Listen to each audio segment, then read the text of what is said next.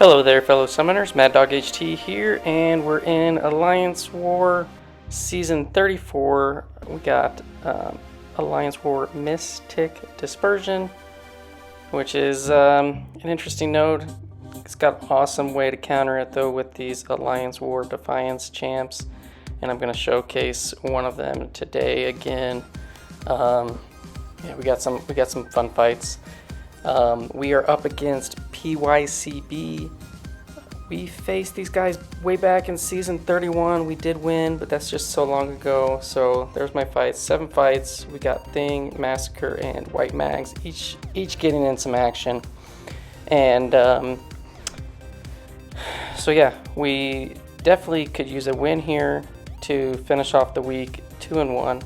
Here is the defense that we were given from Pycb. I'm in Battle Group 2, and yeah, we're gonna have some fun with that Massacre. We're gonna take on 3 mini/shared fights with him, and then clear a few others on the lanes with Thing and White Magneto. So the bans: Ghost, Torch, Quake. Seems like that's gonna be a pretty common set of bans for this season. And I'm going up path 7. We got node 7. This has the new nodes, Conflictor and Power Efficiency, so it costs them 50% less to throw a special. And we got Longshot here, so he is a Miss-Tic defender, so when I have a buff expire, we're going to trigger that miss for 4 seconds, and then it goes on cooldown for 20. I'm going to throw in an invulnerability boost. We put on WhMags guidance so that we can get the passive stuns so we don't trigger Conflictor. And unless I throw a special 1 or a special 2 with 20 rock stacks, I'm not going to be triggering Conflictor because those specials will get a weakness or a stun. And yeah, we're just going to hammer away. Special 1, special 2, I really don't care which one it is.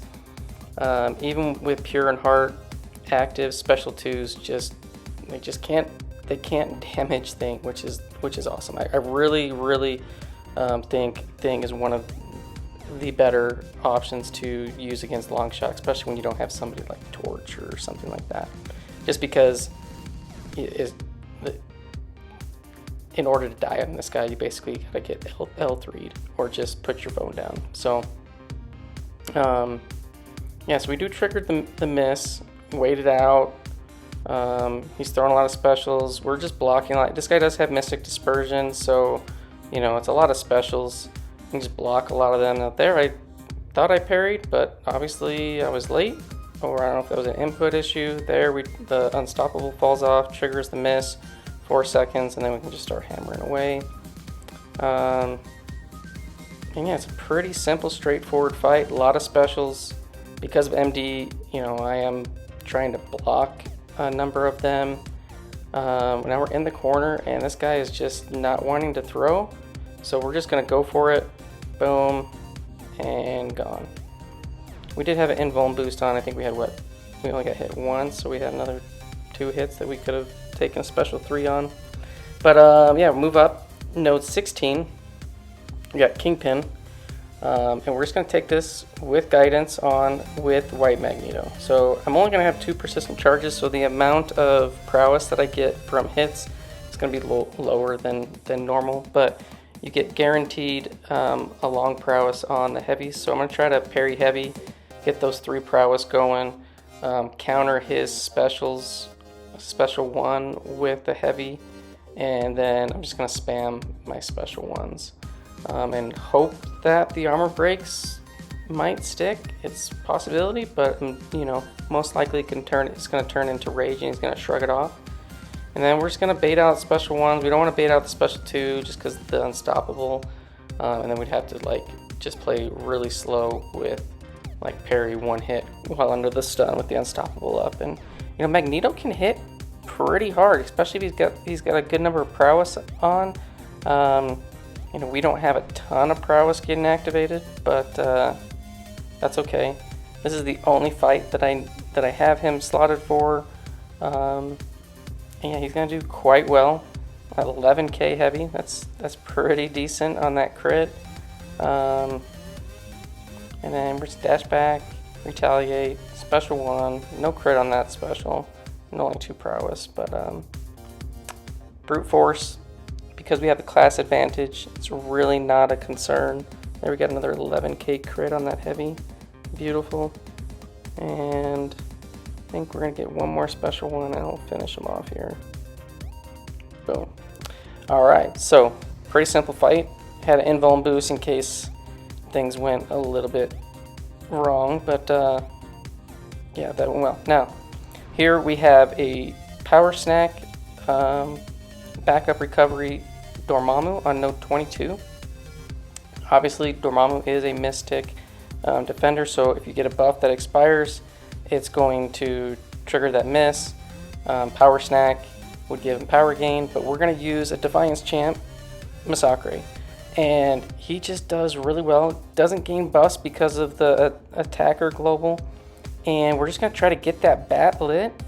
We're trying to see if he will back off. He's being quite aggressive. There we go. He backs off, and then we're just going to hit into the block 4 times, back up, a couple combos. Every time you crit, you also build up your bat charges, and now we're lit, and we're just going to try to get him to throw special. There we go, and then we're just going to light him up.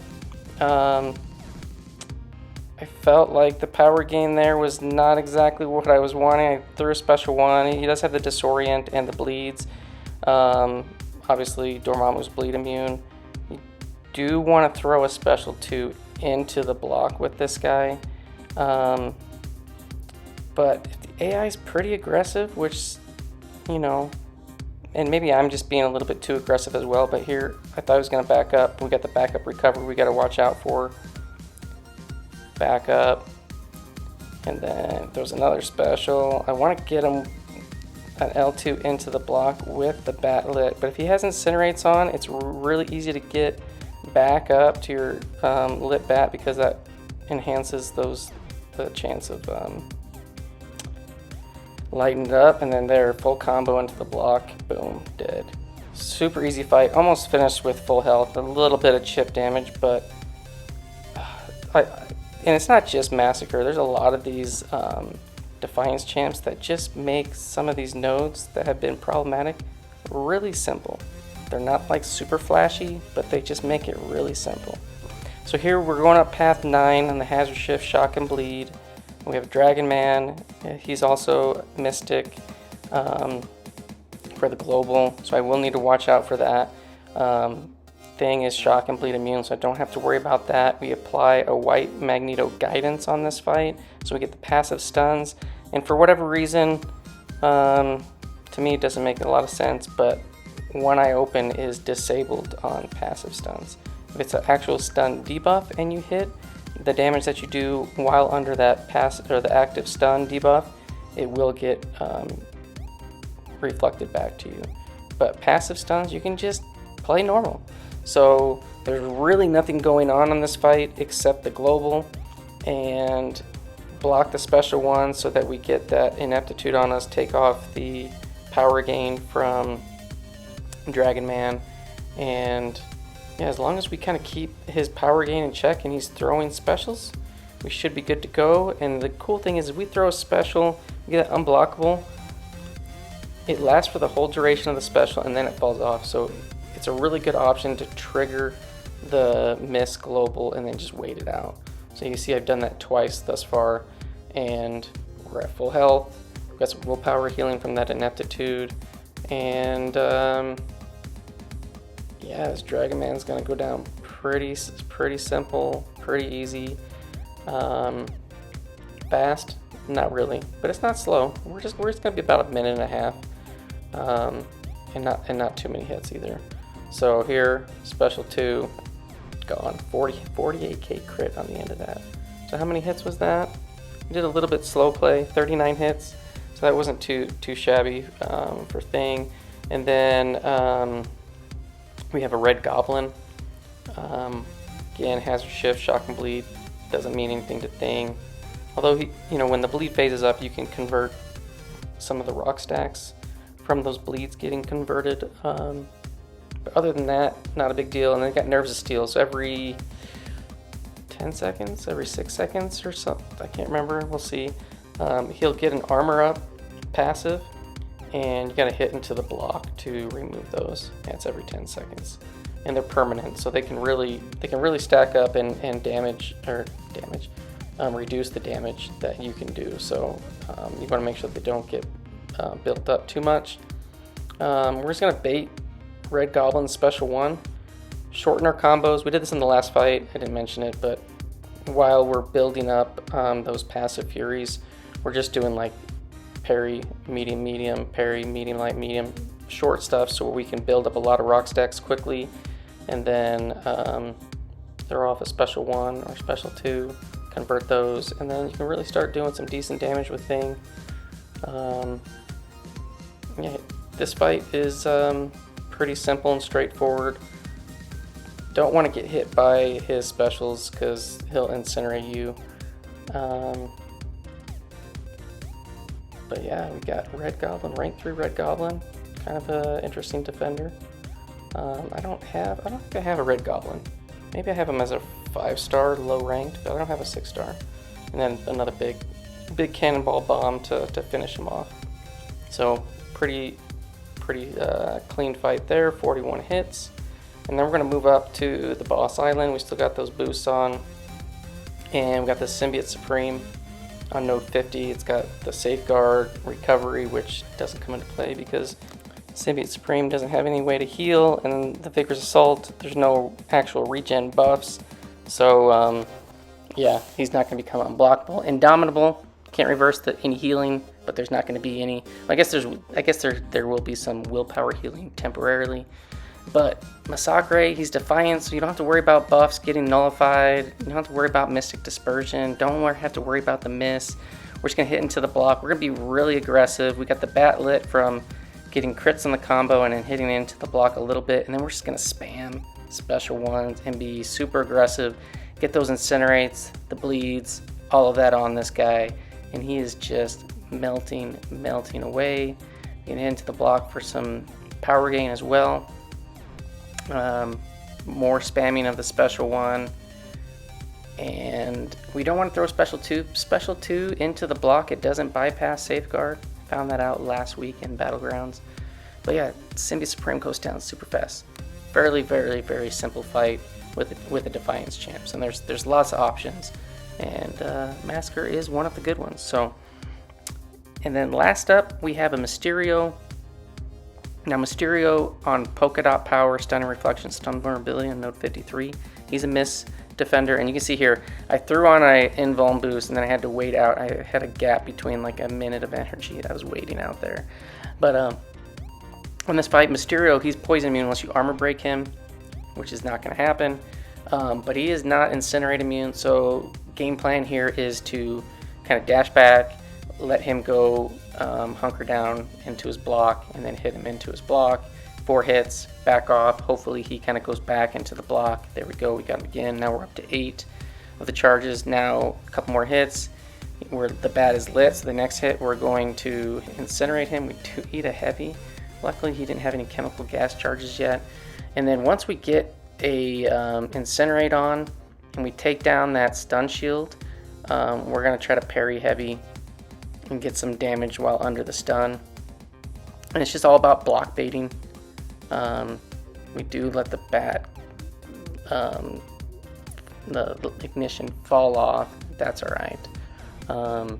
He throws a Special 2. We get that heal from the power drain on a Special 2.